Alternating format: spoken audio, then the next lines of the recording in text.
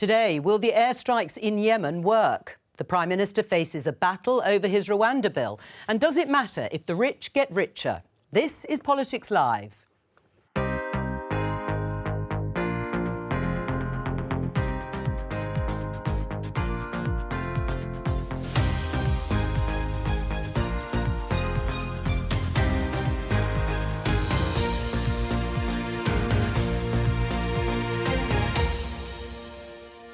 With me today, former Work and Pension Secretary Chloe Smith, Labour MP and Chair of the Business Select Committee Liam Byrne, former Conservative Special Advisor Anita Boateng and Harry Lambert of the New Statesman magazine. Today, we could not have been clearer with our warnings, which they chose to ignore, and enough was enough. the government defends launching airstrikes against Houthi rebels in Yemen. But will they work? And should Parliament get a vote? The Conservative Party are completely united in wanting to stop the boats. He says his party's united, but some Tory MPs don't think his Rwanda plan will work. We speak to one of them. Shock news. The super-rich gathering in Davos this week are getting richer. But does it matter? And is Donald Trump going to win again? We look ahead to the Iowa caucuses.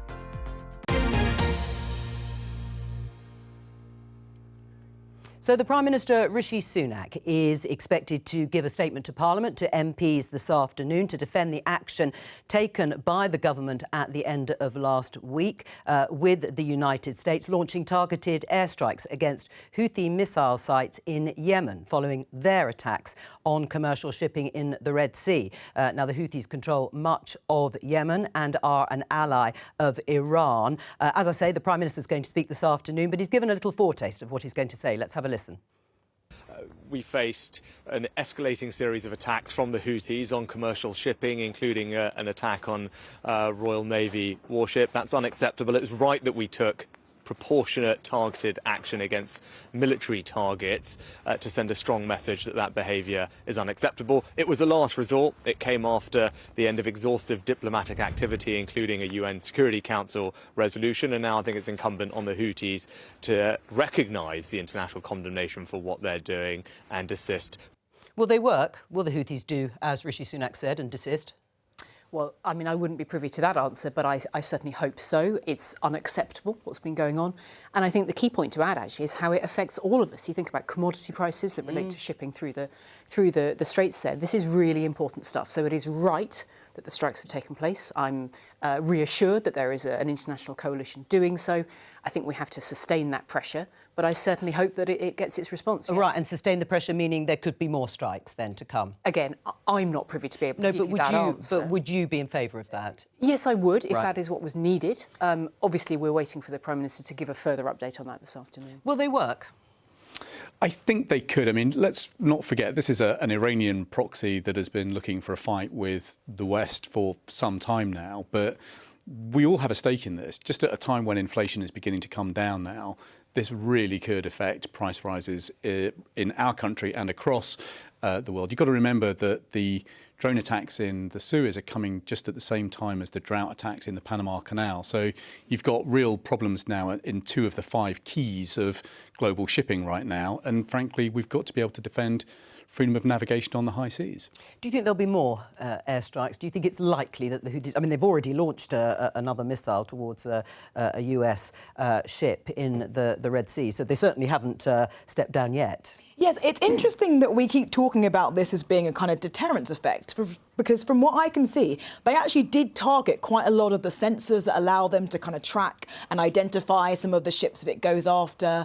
They were very precise about attacking factories, for instance. They attacked lots of kind of sites where their kind of missiles and drones were degrading their sort of capability. And so, like, I think the question is, it remains to be seen whether that's effective in sufficiently degrading their capability that it makes a significant difference. But ultimately, I think there was a very narrowly defined, quite clear objective that seems to have been met.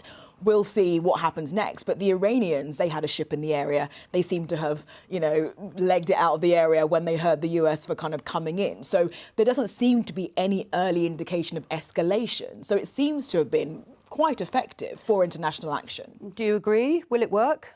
Yeah, I think so. And I also think we overrate the possibility of a spiralling regional war. So when Trump killed Soleimani, the Iranians pretty much telegraphed their response to the Americans. They said, we're going to hit these bases, just so you know. And we have to do it to sort of save face. But they didn't want a conflict with America then, and I don't think they want one with America now.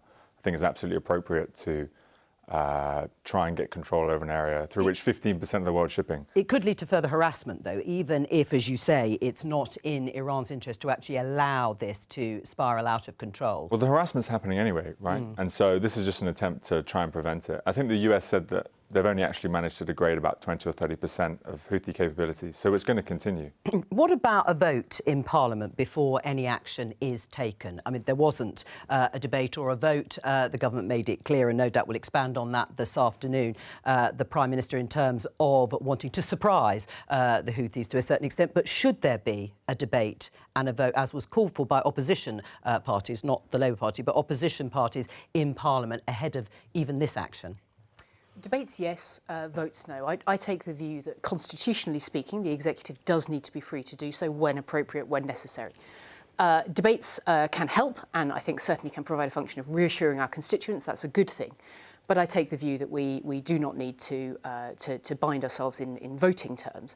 However, absolutely correct that the Prime Minister is doing a statement this afternoon. That will, I think, in this instance, that will be the beginning of this kind of debating process, and that's constructive. At what point does Parliament give its consent, do you think, if at all?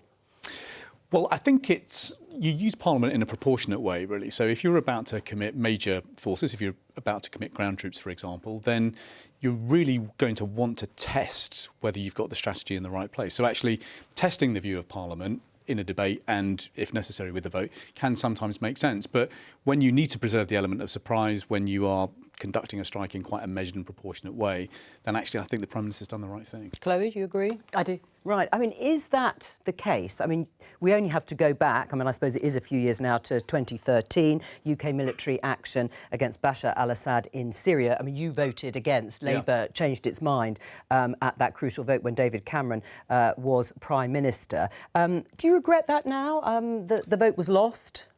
No, I mean, I think the Syrian scenario, I mean, I remember listening to, I think it was Nick Clegg who was winding up that debate, and it became really clear over the course of Nick Clegg's speech that they had absolutely no strategy for coupling air attacks with ground forces. And so lots of people, me included, ended up voting against that because, frankly, we didn't think there was a plan. And if we'd learnt one lesson from Afghanistan, it's you do not put British troops in harm's way if you haven't got a plan. Anita? Well, I think that the idea that there are parallels between the kind of Iraq and where we are right now, I think, is a very different world. And what we're talking about here is very limited and quite specific and does have a clear objective. I think that 2013 did send a lot of signals across the world about the willingness of the UK and the US and the like to intervene robustly where there are violations of international law. But that's not to say that that means every one of these proposals should be granted. And I think in 2018, when May took action, for instance, I think the environment was particularly different. The point is about the ability to be flexible. And I think that's where Keir Starmer has U-turned on this, obviously, gone from realising that actually, it would be great if everything went through Parliament and there was a vote, to being a little bit more pragmatic about it. Now, whether the party stays together through that kind of thing, because ultimately foreign action has been a huge provocation for the Labour Party, is yet to be seen. But ultimately, I think this is another U-turn from Keir Starmer, but an indication that the mood has changed. Another U-turn? I'm not sure it is, actually. I'm casting my mind back to some of the things that Keir has said about that. I think actually what Keir said is that it would be a good idea if we co-divide the convention, which frankly would be a good idea. Harry? It's quite a simple issue because, as you can see with our panel, there's not many people who are saying that these strikes are outrageous. So it's No, but there is a point at when Parliament should, if at all, get a say, because we saw what happened in 2013. The action didn't then happen. Right. Well, formally, they obviously have no right to have a vote. I think clearly when action rises to the sort of state-on-state level, as in Iraq, as with Assad, then you would expect to have a vote. I think the kind of strikes we're talking about have been far too limited in nature for that to be necessary. But I think debate, as Chloe said, is appropriate. Well, and that debate is going to take place this afternoon following the statement from Rishi Sunak, the Prime Minister. Let's have a look at this headline in the Telegraph. Rwanda bill must be strengthened or we'll kill it off. Tory Spartans warn Sunak. The Rwanda bill is back in the Commons this week, and MPs on the right of the Conservative Party want to make it toughen up the bill, in particular to make it more difficult for people who might face being sent to Rwanda to launch appeals to the courts. And the Spartans is a reference to the Conservative MPs who repeatedly, if you remember, on this programme we reported it, voted against Theresa May over Brexit. Well, let's talk to Simon Clarke, Conservative MP and former Cabinet Minister. Simon, welcome to you. You're one of the MPs who wants to change this bill to make it tougher. Why? Morning, Joe. Well, the short answer is to make it work. The government's own assessment is that the bill, as currently drafted, has only a 50-50 chance of success. And that is not something which I think we can accept. This is an issue which we know is of paramount importance to the people who put their trust in us in 2019 to change Britain for the better. And anyone who's seen the major YouGov poll in the Telegraph this morning, which shows the Conservative Party is on course for a really devastating result later this year, knows that we have to act. The problem we're facing is a surge in support for reform, which doesn't lead to seats for reform. It simply splits the centre-right vote and lets Labour win through the middle. Let's leave the poll just to one side for the moment and concentrate on the bill and the amendments that have been tabled. I mean, none of them are going to make it through, are they? You haven't really got the numbers, so they're not going to become law. Well, we have to see what happens. Obviously, the main hope we have is that the government will see that there is a very significant body of support among Conservative MPs. We are now at over 60 signatories and rising, and that they will adopt amendments to this effect, either taking Robert Jenrick's amendments or bringing forward equivalent amendments of their own. Right. Would you be prepared, though, to join with Labour and other opposition parties to vote against the bill? If it's unamended? I very much hope that doesn't happen. But would you be prepared to do it, Simon? I've been clear with the whips that if the bill goes forward unamended, I will be unable to offer it my support. Right. You vote against it or you would abstain? I think that's a decision we would need to make collectively, but I am prepared to vote against it myself, speaking personally, because ultimately we have twice now marched the British public up the hill of legislation to enable the Rwanda plan to take effect. We have failed twice. If we fail a third time, and let's be clear, the Prime Minister's decision that we will have an election in the autumn of 2024 means that this legislation will be tested. We will find out whether it works or not before we go to the polls. If it fails on contact with reality, and there is every reason, as Robert Jenrick has said, to believe, sadly, that it will, then there will be no place to hide. Therefore, it is better that we don't maintain what I'm afraid is a polite fiction, that a bill which is still riddled with holes for people and creative lawyers to exploit will do the job. Simon, stay with us. Chloe, would you like to see the bill toughened up?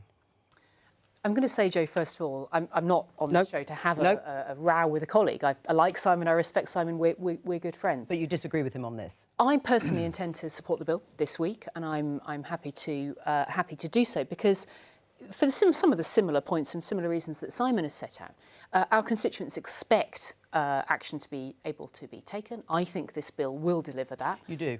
I do, and I'm quite persuaded, actually, particularly by some of the points that the Prime Minister has made around needing to be able to bring our partners in Rwanda with us on this.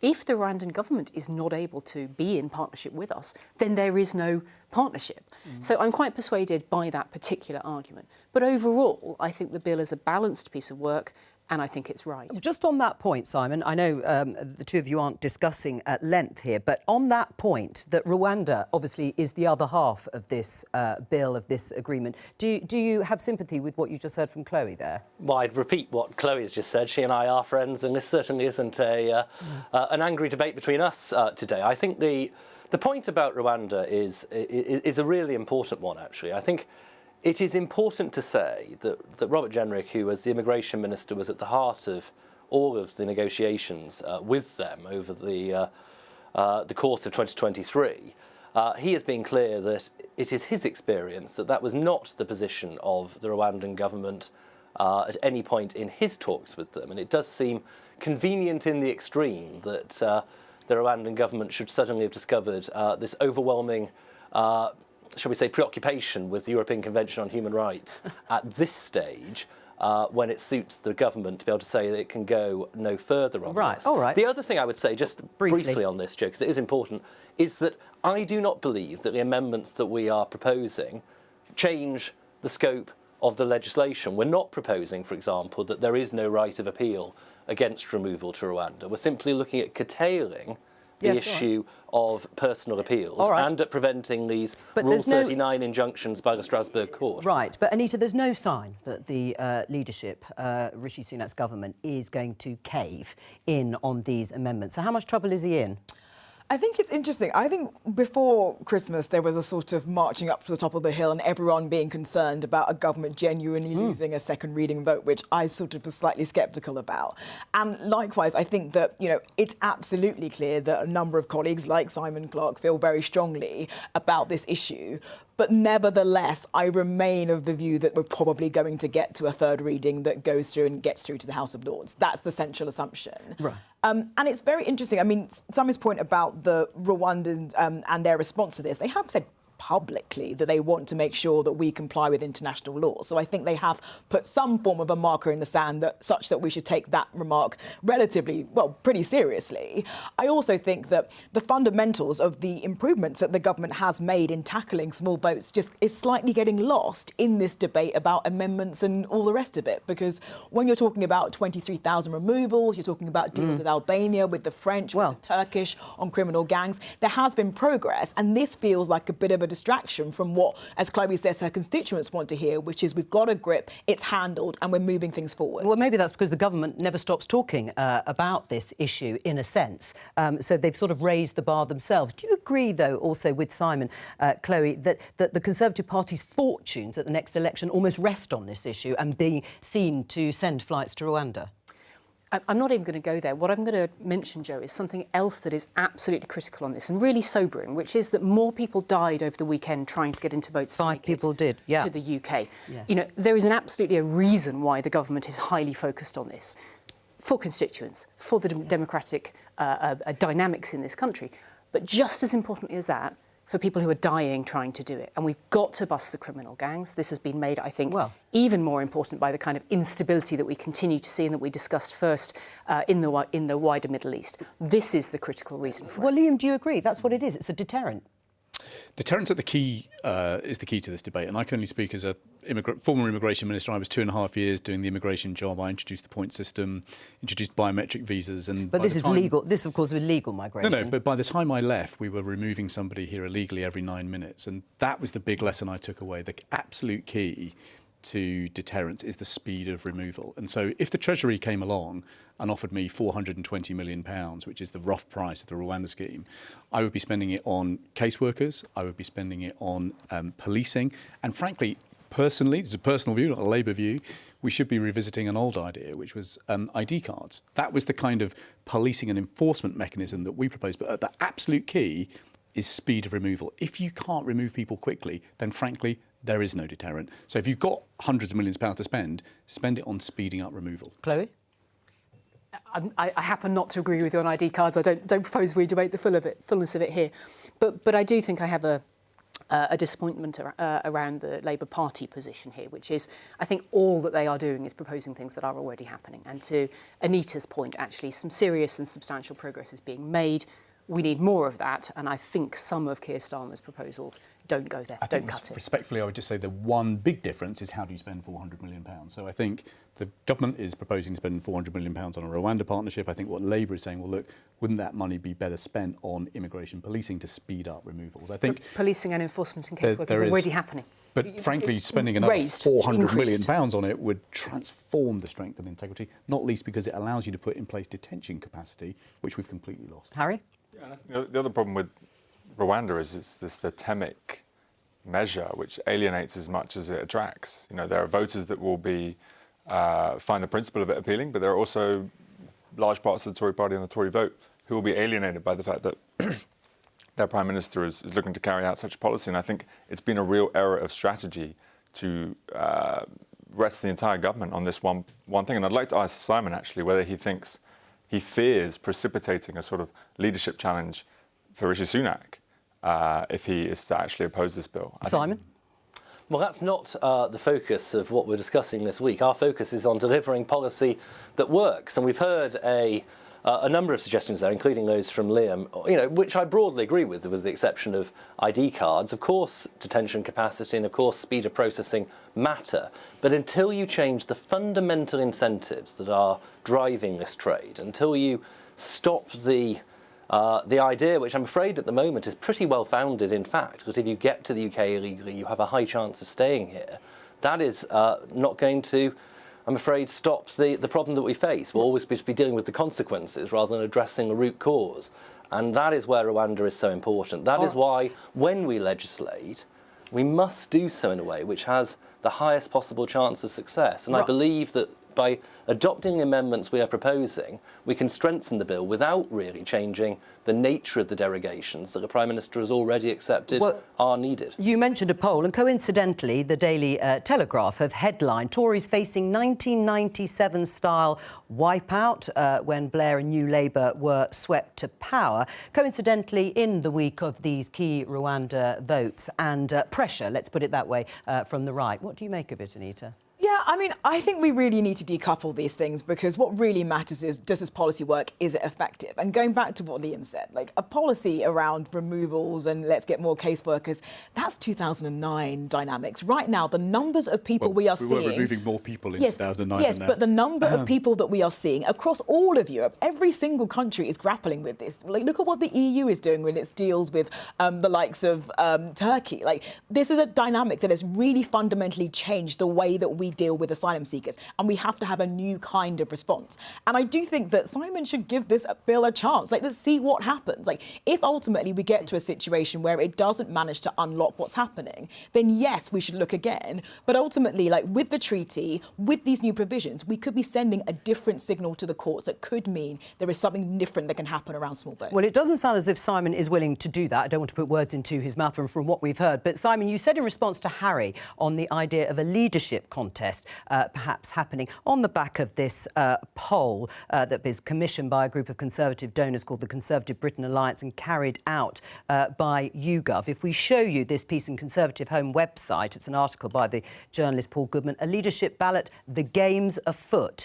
Is it true, and do you subscribe to that, Simon, that if Rishi Sunak doesn't compromise with MPs like you, then there could potentially be a leadership challenge?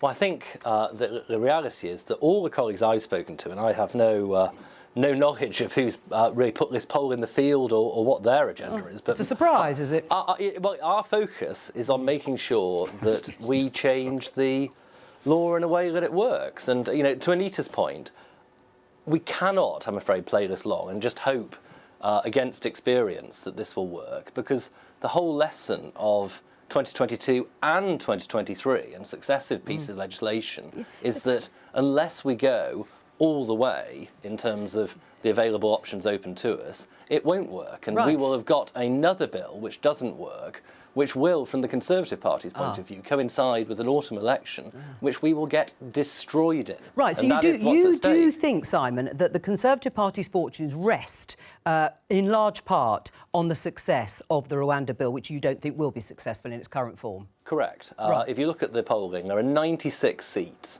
where the reform vote makes the difference in terms of handing those seats, not to Reform, but to Labour, by splitting the centre-right vote. Those seats alone are the difference between a Labour majority larger than the current Conservative majority and a hung Parliament. Right. Well, so there is an awful lot at stake here, and we can't afford, I'm afraid, to ask the public to once again bear with us where we go and prove that half measures don't cut it. Well, you must be delighted by this poll, Liam. I mean, they must be celebrating in Labour Party headquarters. I mean, the sort of landslide of 1997. Well, I began my political career in Millbank back in 96, 97. And if there was one lesson that we were taught then, it is do not believe a single poll that you see. So actually, there is a really important message actually for Labour colleagues. But in hindsight, you should have believed it. Well, true, but call me superstitious.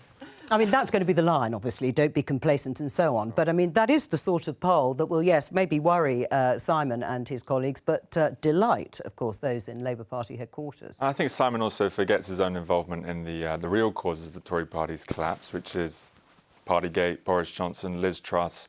Rishi Sunak hasn't been able to lift the party off the floor. But, you know, Rwanda is not the reason why the country's turned against the Tory party. It's the recent history that we've all had to live through. Right. Do you agree with that, Chloe? I mean, you're not standing again, are you, at the election? That's right, isn't it? That's correct. And in actual fact, I've served under all 5 Prime Ministers since 2010. You have. My 6th was Gordon Brown when Liam and I were in Parliament prior to 2010. What do you make of the poll? Wipeout? One extra point that I think deserves consideration here is I think there's a lot of people, and I hear it from my own constituents, who haven't made their minds up. Now, some of that is a natural response, actually. Let's not do it until we're faced with an election. Why think about this horrible thing such as politics when actually we've got all sorts of other things to get on with on a Monday morning? But the point bigger than that is that actually the Labour Party is not offering a compelling alternative. I just don't see it. I think there are very many concerns in people's minds about instability across the world. And again, we've already discussed a few of those points this morning. Now, I think there will be some who make their mind up in favour of stability domestically, in favour of continuity. But of course, this democratic impetus, actually, to see major issues being dealt with is absolutely correct. That's why I hope the bill for Rwanda passes this week, and I think it's a good piece of legislation that does a job that is necessary because people have asked for it in manifesto terms, in democracy terms. That's important. There's a big job on the table. We live in really tough times. People are making their minds up. Do you really think there's a chance the Tories can win the next election? I certainly hope so. I have every respect for Rishi doing so. I have every respect for my friends and colleagues who will be standing as Conservative candidates. As you say, I happen not to be on your panel this morning. But there are really serious issues in our democracy this year. Well, really serious. And just finally, I mean, Liam, Chloe is right in the sense that the don't-knows are still quite significant. Precisely, absolutely. And one of the other issues, I think, here, and what you find on the doorstep, is that there is a big disillusionment with politics right now. Confidence in democracy is low. What that means is that abstentions will be high. And when you have elections where lots of people decide to stay at home, actually they can become quite unpredictable, which is why Labour is absolutely right not to be complacent for a moment about these polls. Simon, just before we let you go, can you rule out any sort of interest in a leadership contest or any leadership contest happening before the next election?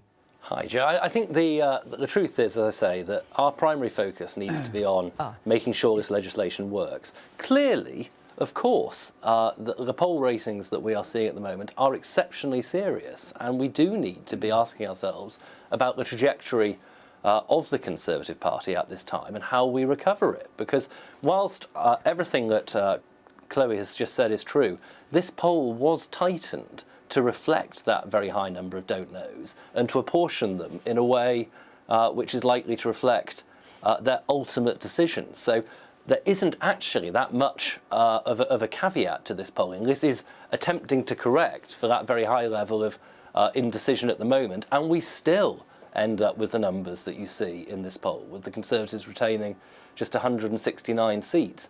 So it is a very serious warning. Serious enough then for another leader to come in? Serious enough that we must change course so as to deliver on the promises that we've made. Simon Clarke, thank you very much for joining us. Well, global leaders in politics and finance are gathering in Davos at the World Economic Forum. Let me just show you this Guardian headline. World's 5 richest men double their money as poorest get poorer. Oxfam predicts first trillionaire within a decade, with gap between rich and poor likely to increase. Liam, your new book then is pretty timely, The Inequality of Wealth. Does it matter that the rich are getting richer? What really matters is that our market has stopped working for everybody. So in Britain, over the last 13 years, the top 1% have multiplied their wealth by 31 times as much as everybody else. And when you look around the world at very unequal societies, they've got a couple of things in common. They tend to become very corrupt, quite poor, and quite stagnant. And I now really worry about those things unfolding here in Britain. And so what the book tries to do is to basically say, look, it doesn't have to be like this. Most of the book is actually devoted to 4 or 5 quite big answers that we could implement here. They've been tried and tested in other parts of the world, and where I think we need to have a debate here if we're to actually rebuild that old ideal, which is a wealth-owning democracy. That's happened on Conservative government's watch. Well, I haven't read Liam's book. I look forward to having time to do so when I've left politics. I think for me, it's a great read. I'm sure it is. I'll pay you $10.99 later, or however much is needed. For me, one of the really key points actually that has been there in the Conservative story since 2010 is the growth in jobs. I get particularly motivated by this. I see this, and I see the power of this in my constituency and elsewhere. Nearly 4 million people more in work since 2010, since Liam's time in government. That is actually the way in which people find their own opportunities, find their own power in life. That's, for me, the most interesting item in a broader debate. Liam's talking about wealth inequality. Yes, he is, and actually before we came into the studio, we were talking about the difference between wealth and income, and I understand that technically. What's also true, actually, when you look at the tax take that is there from the top 1%, that has also gone up under the Conservative record, and indeed since Liam's time as in the Treasury. But we're talking there about income tax, and we always do. We always focus on income. Are people in work? Are they getting paid? What are they getting taxed? We never talk about tax rates on wealth. That's the big missing part of our national debate. And we don't talk about tax rates on property, the fact that, council tax is so unevenly applied across the country. Capital gains doesn't apply to primary residences. It's very easy to have wealth in this country and pay very little in tax, while a recent graduate will pay 51% of their income in tax after £50,000. And the case in point is the Prime Minister. I mean, the Prime Minister, to his credit, published his tax return recently, shows about an income of around about 2 million, but it also showed a tax rate of about 21%. At a time when 1 in 5 people are paying 40%. And I think most people in this country feel it's time that we return the tax code to our moral code. And if we did that, actually, there would be the resources to help create funds that could give, for example, young people a dividend once a year to help them put down a deposit on their home. So we've got some real problems now that people can't afford a home, a pension, a retirement for their golden years. And we've got to have a big conversation now about actually how do we rebuild that old ideal, shared on both left and right, by the way, of a wealth-owning democracy. Right. Well, I think that really what you're talking about, some of those structural challenges, for instance, around housing, it feels to me as though Harry's illustrated there are quite a lot of taxes which tax various forms of wealth. And the question is, what are those barriers to opportunity that mean that people can't get on the housing ladder, for instance? It feels to me as though we're starting at the wrong place, right? We should be starting around housing supply, housing availability, the way that our entire network of housing works, for instance, right? To talk about opportunity for young people, we should be talking about education. It feels to me as though the question of why don't we just have an additional tax doesn't really fix, for instance, how you make the existing tax system work better, and also how you tackle the ways in which equality has enhanced and increased and spread through structural things, not just through taxation. Harry? But isn't the big problem that the tax system creates or prevents inequalities? And it's not even that we're advocating higher taxes overall, it's just about changing the distribution. Exactly. Why is it being so heavily applied on income and comparatively less applied on forms of wealth? Well, I mean, I'm kind of with the IFS on this, which is that a wealth tax really has to be unexpected and probably one-off to generate any significant amounts of revenue. And then how does that structurally... Because the challenge around taxation, as you know already, is about how you accumulate the correct tax take relative to the ways in which you might be able to move your money around. And that structurally isn't addressed by just saying, why don't we have an additional tax? Basically, the point is, this is very difficult and very complicated. And the idea there's a one thing you can pick off the shelf that will change, or four or five things you can pick off that shelf that will fundamentally change the way that wealth accumulates in this country, I think is too simplistic. But it is wrong that Rishi Sunak pays half the rate of tax. But this is just like, why don't 1 in 5. I don't like a man's got money, okay. But well, like, no, what are the he's paying structural 21% tax when 1 in 5 people are paying 40% tax. So and actually, if we returned fairness to the tax system, that would allow us to build what 80 countries around the world have done, which is a sovereign wealth fund, and actually a dividend from that sovereign wealth fund could provide every 25-year-old, this is not my idea, by the way, this is David Willits' idea, it could provide every young person with a £10,000 tax break to help them put down a deposit on a home. £10,000 is the average shortfall on a deposit for a home. You can't build your way out of the housing problem with only 4%. So why isn't Labour doing it? I mean, why isn't Labour doing it? I mean, if you look at tax, they're not looking at wealth taxes, are they? They're not looking at equalising capital gains tax, rightly or wrongly. They're not looking at taxing this would-be income, of course, the top 5%, which was part of his... Well, is this what you're hoping that Keir Starmer's going to take on? No, surprise, surprise. It's an election year, and it's very difficult to take big decisions on tax in an election year. It's also quite a bad idea if you're in opposition to take big decisions on tax. And so what the purpose of the book, if you like, is to say, look, there is a big problem in Britain. It's going to get a lot worse as the baby boomers die and bequeath $5.5 trillion in assets. If we want to build a wealth-owning democracy in our country, then we're going to need to do some big things, and we're going to start thinking about them now. Are you disappointed that some of this isn't being taken on, hasn't been taken on? Yeah, and I think it's very strange not to prepare the ground in any way, because there's nothing that the press is going to love more than attacking Rachel Reeves when she does introduce anything that looks like a wealth tax, whereas she could be preparing the ground for some of these changes. And just make a simple argument. Individual policies are overwhelmingly popular when it comes to forms of wealth tax. There's no reason, we're talking about housing a lot, there's no reason why a landlord doesn't pay national insurance on the rent they get paid, but an employee does pay national insurance. You know, we have an antiquated system that just allows those with wealth to get away with lower tax rates. Right. I mean, isn't it true that, you know, as the Conservatives have sort of run government since 2010, the rich literally have got richer and are keeping more of their money? Well, no. So the statistic I began by talking to you about. Well, let me deliver one statistically, and then you can have a go at it. I'm not talking about income, but wealth. Well, Joe, on your point of have they paid more money, the answer to that is yes, they have. The top 1% in the last 10 years has paid almost double in absolute terms than what they began by paying. And so that figure is currently at about 71 billion in the tax take. Chloe. She asked, have they paid more? I'm providing the answer. Well, on wealth. Providing an answer. That 71 billion is pretty handy in terms of paying for public services. Now, there are so many broader points here that have already been raised in the debate. I happen to think that the housing point Anita raised is absolutely critical in this, in terms of being able to accumulate wealth during a lifetime. 100%. Or You indeed, can't build your way out of the problem. But the restraints on supply are really significant in this debate. They're really important, significant. but only 4% of people, young people without a home, have got both the deposit and the earnings to be able to buy a home. So unless you actually help people put down a down payment on their home, frankly, it's going to be a pipe dream. Right. But greater housing supply could mean that rents are lower, so people could build their own deposits. The idea that what you should do is give people more money, and that what you should... I mean, Labour were very critical of Help to Buy and all those schemes, saying, well, all you're doing is basically inflating the whole housing system by giving people more money. Well, to be fair, these are the ideas of Liam Byrne rather than lacking Labour. a bit of... and it's interesting that you talk about the need for addressing apathy and going out there with radical ideas, and yet we're not seeing Labour really engaging in any radical ideas for how you might improve the structure of the state. Well, I mean, you're trying your best. I'm not sure I'm convinced, but maybe others would be. Have a look at the book.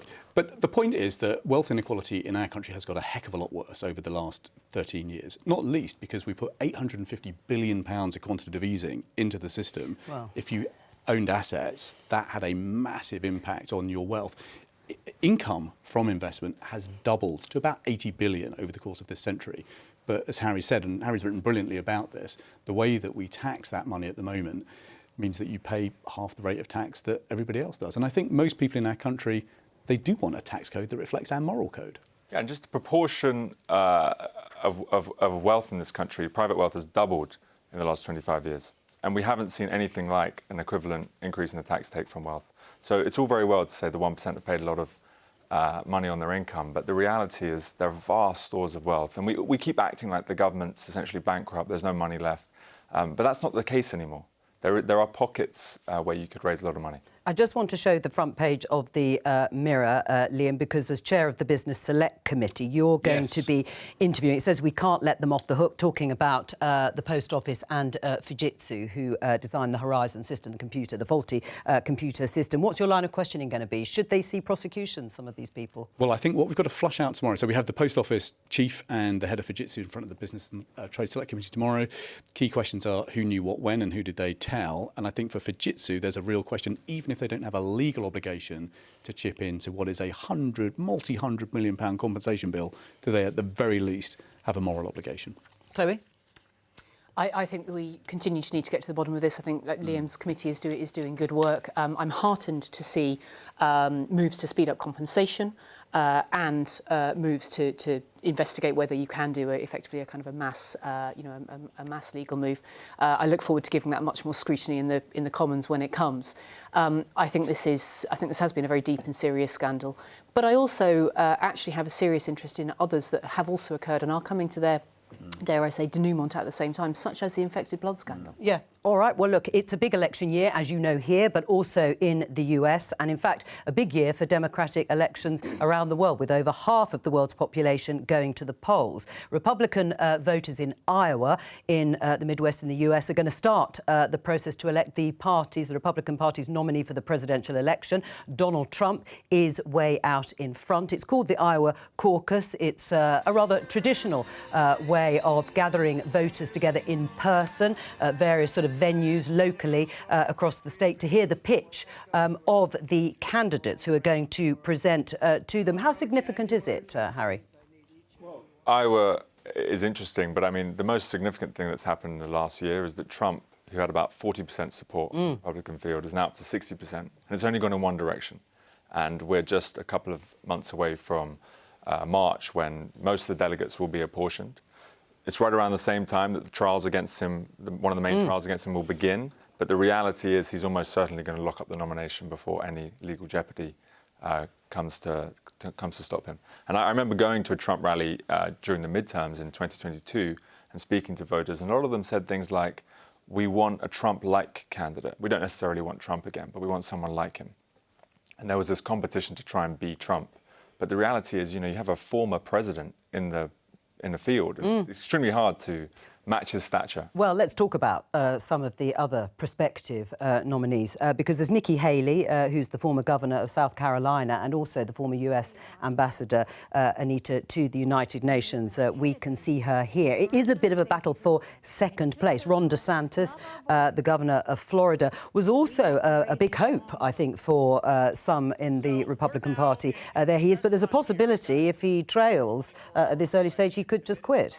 Yes, I mean, if Nikki Haley manages to lock up second place and DeSantis disappoints in that regard, then, I mean, a year ago, when we were thinking about DeSantis' prospects, particularly how he performed in Florida, there was an expectation that really he would be the kind of flag bearer for Trumpism without Trump. But I think the dynamics of that have changed significantly. And it is worth talking, as Harry mentions, the legal cases. I think that the public, clearly, in general, across America, seems like they would be put off by these kinds of legal trials. There's no indication that the Republican base will be, and therefore I think the two things will happen together. But whether that derails the Trump train that's clearly rolling into the station again, I have no optimism. Is the world ready for another Trump presidency? They'll make sure that they're ready, and I think tonight's news actually will be most significant about who comes second. If Nikki Haley can come in tonight at 20 points, then I think that is going to consolidate who is going to basically be the principal challenger to Trump, and I think that will be the big outcome that people are looking at tonight. Yes, I mean, both David Cameron, the Foreign Secretary, and the Shadow Foreign Secretary, David Lammy, were both asked about, and of course they say, well, we will work with whoever is in the White House, as is the standard line. But is the world prepared, do you think, for and ready for another Trump presidency if it happens? Well, I think, as Liam says, you know, leaders would of course make it so, because the key point is this: it's the American people's choice. Fundamentally, there's a real democratic point that sits under this, which is people get to choose in their own country who is their leader. And I really want to make an additional final point that goes with this. In a year when we see so many billions of people going to the polls around the globe, some are concerned about disinformation and AI, and that's happening in that same year. And the fundamental point is that people's choice remains sovereign. That is what you have to have faith in. So long as the structures around it in elections are sound, which I believe they are in the UK and I believe they are in the US as well, then people's choice is what counts. That's Harry? what delivers the answer. They're only sound in the US because people resisted the then President Donald Trump trying to change the results of the election. He called up the Georgia Secretary of State and said, I need another 11,000 votes. So the fact that a man like that is coming back into power potentially through democracy just shows the limits of democracy. Certainly, unless we can work out a way of holding him to account for what he did in 2020. So all the hopes really rest on these two election trials that we're going to have, the Jan 6 trials. The first one starts on March the 4th. Well, that's all we have time for, and voters will be stepping out into sub-zero temperatures in Iowa for those meetings for the caucuses across the state. I'll be back tomorrow in slightly less freezing temperatures with more Politics Live here at 12:15 on BBC Two and the iPlayer. Bye-bye.